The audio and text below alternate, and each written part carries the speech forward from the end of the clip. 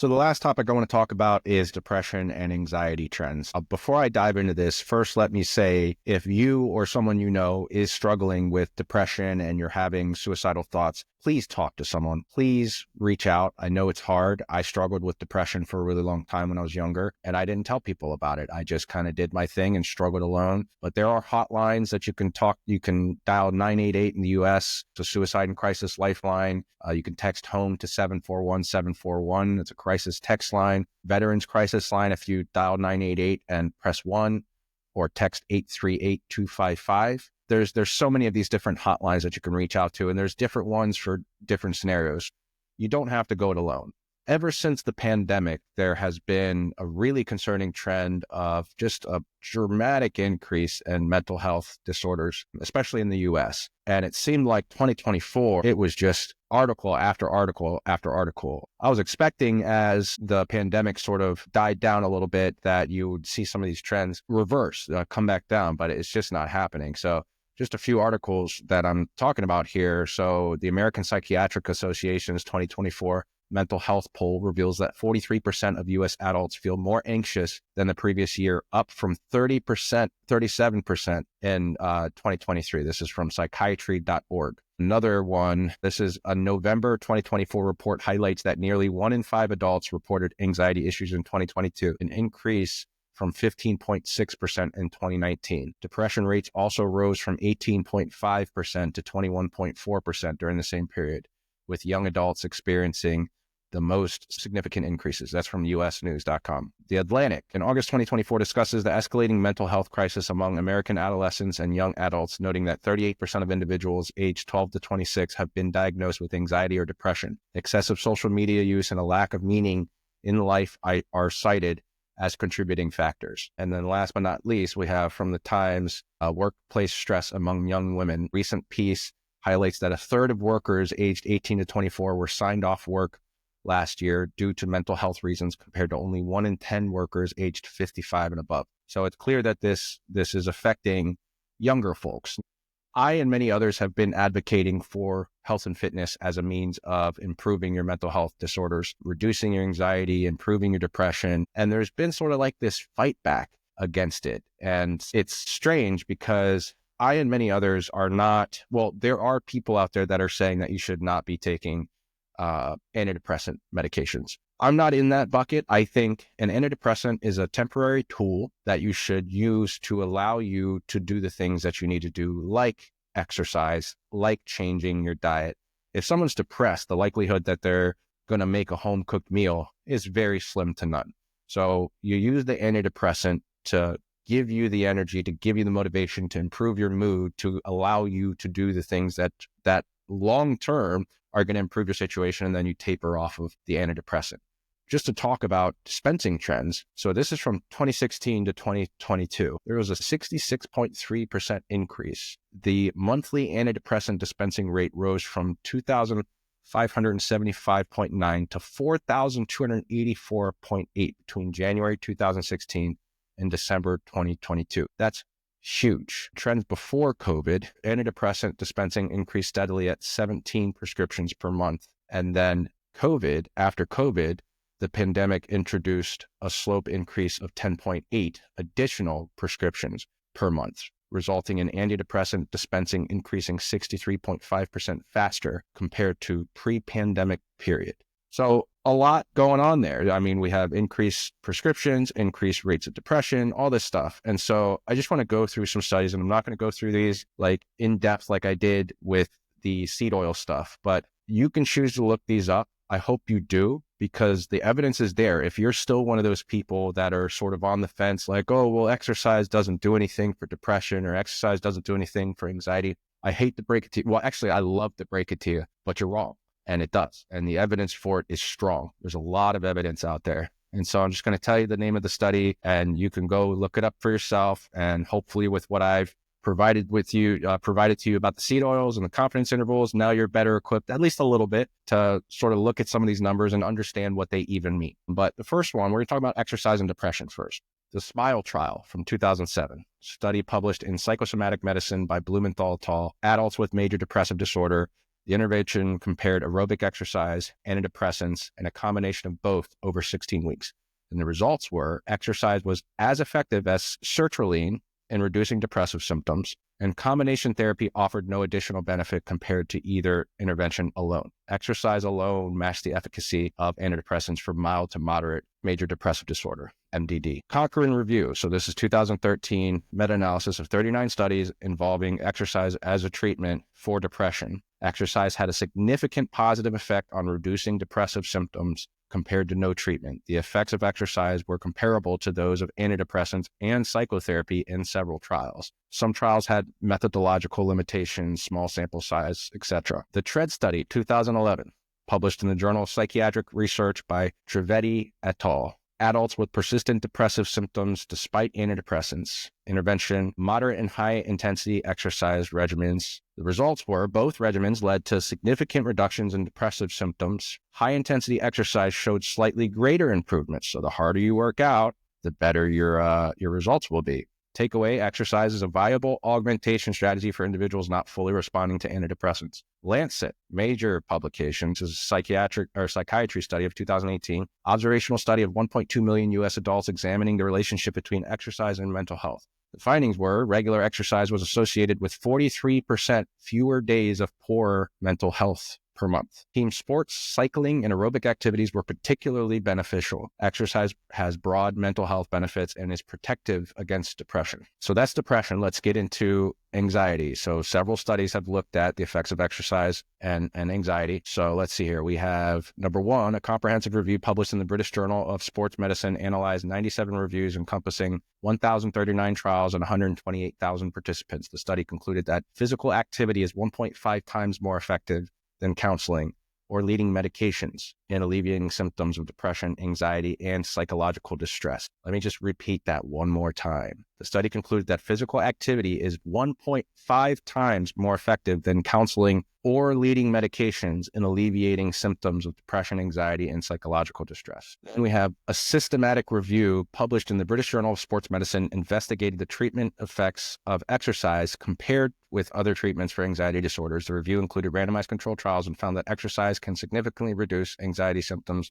serving as a viable alternative or complement to traditional treatments. So why does exercise have a powerful effect? So some of it has to do with neurochemical effects like dopamine or serotonin or anything. Now, let's just talk about dopamine. Let's say you smoke a cigarette or do any other drug that you shouldn't be doing, that's going to spike your dopamine, and then there will be a sudden drop of dopamine, which will go below baseline. And that is sort of painful to the body. Whereas like with exercise, you'll have a spike in dopamine, you'll have a spike in serotonin and all this good stuff, but it tapers off over a very long time. So the amount of time that you're feeling good is massive, and that allows you to have energy. I mean, one of the things I notice is this is why I work out first thing in the morning, is that workout, as long as I don't train too hard where I'm like dragging ass walking out of my office, if I work out just the right amount, I am pulsing with energy. I have so much energy. I'm nice and alert and I'm speaking well and all this stuff. And whereas if I don't do that, if I work out at night,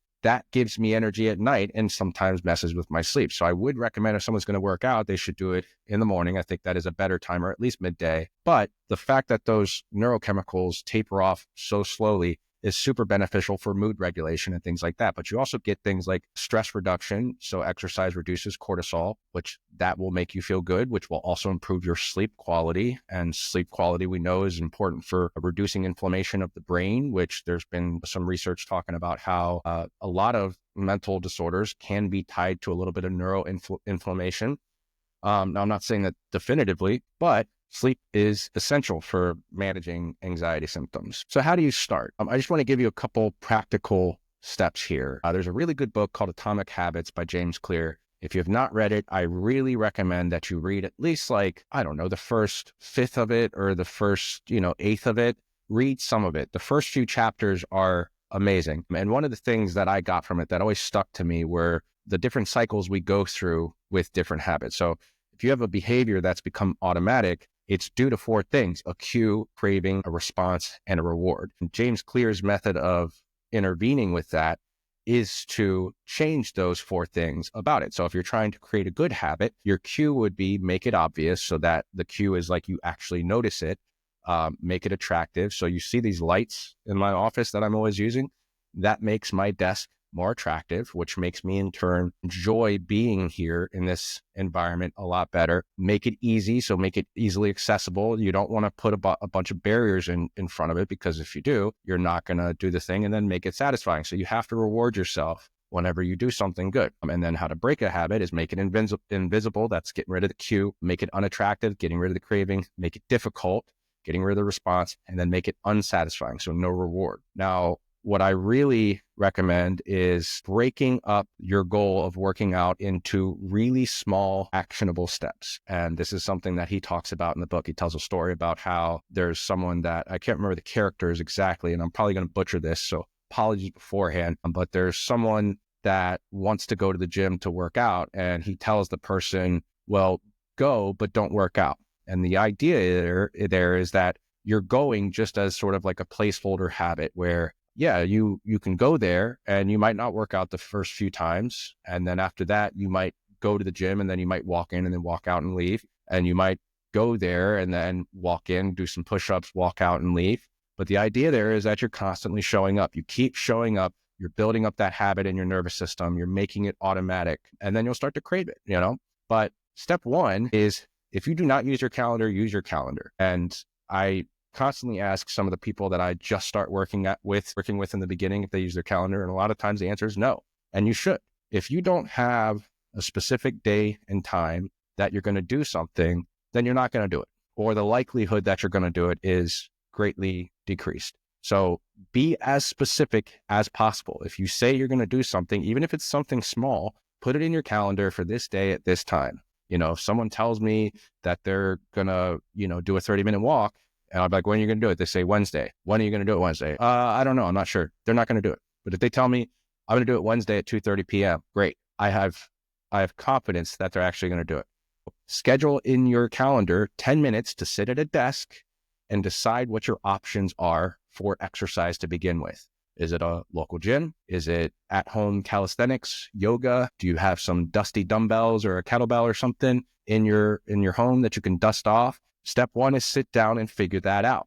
Just 10 minutes, no longer, and you're not working out. You're not even worrying about working out right now. You're just trying to figure out what you have access to. Then, once you've done that, schedule another 10-minute block at the same time. The more you can line these up to be very similar to one another, the better, because you're going to reinforce that habit. Schedule in your calendar 10 minutes to figure out what movements or workouts you will do. Again, you're not doing the workout. You're not actually doing the movements.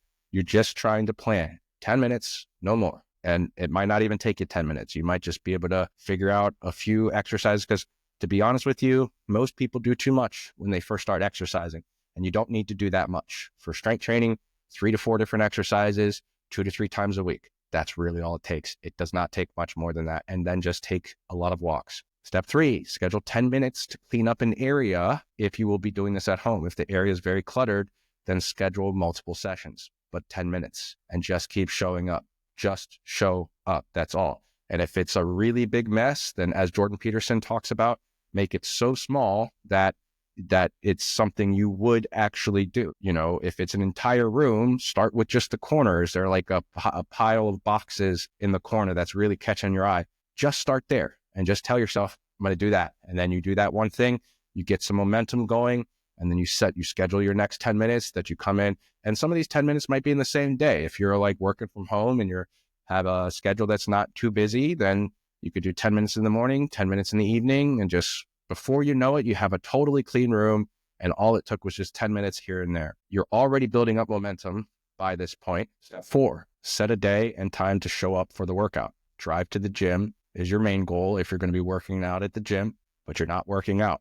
If at home, sit in the room that you will be working out in. Whatever you do in there is fine. I don't care. You could read a book if you like to read, if that's your jam, a magazine. Just go in the room and set a time. Make it the same time each time. And then finally, step 5 is actually do the workout. Set the time, a similar time that you've been setting it for a 10-minute workout, and then keep showing up, increase the amount of time. And hopefully by that time, you've built some momentum. You've built the habit of showing up. You've made it attractive. You've put some lights and some decorations and stuff in there. Maybe you have some workout clothes. That's something I really recommend as well. Start to invest in some workout clothes, some workout shoes. make yourself look good. If you look good, you feel good. But that's just like a really simplified way of breaking it down into 10-minute chunks to help you just even get started in the first place. Because I know that's the hardest part, is just like even the thought of starting can be really overwhelming for some people. So I really hope that helps. And again, if you're struggling with depression, reach out to people. There's a ton of hotlines that you can reach out to just, if you have friends, lean on them. I mean, I tell my guy friends all the time, lean on me. I'm here for you anytime you need, day or night, give me a call, whatever. If you need me to just shut up and let you talk, I'm 100% down to do that. And I try to push myself to do that as well. I'll call people when I find myself falling back into unhealthy cycles of something bad happens to me and I find myself kind of burying it down inside. I'll intervene and be like, no, this is bothering you, call someone. And I'll call someone and I'll tell them about it. And then it feels better, because if you don't talk about it, it's inevitably going to come up later, right? And it's going to come up in a way that you can't control. It might come up as an argument. You might yell at someone because something deep down inside is really bothering you that you should have talked about a few months ago, but because you didn't, it built up, and now you're lashing out. But anyways, again, I hope that helps. This is the Always Adaptive podcast. If you're still here, I really appreciate you sticking around for the whole thing. And if you got any value from this, any value at all, then let me know in the comments down below. Leave a like, leave a review. I really appreciate that. It does a lot for the podcast. It's a very new podcast. It's a new endeavor.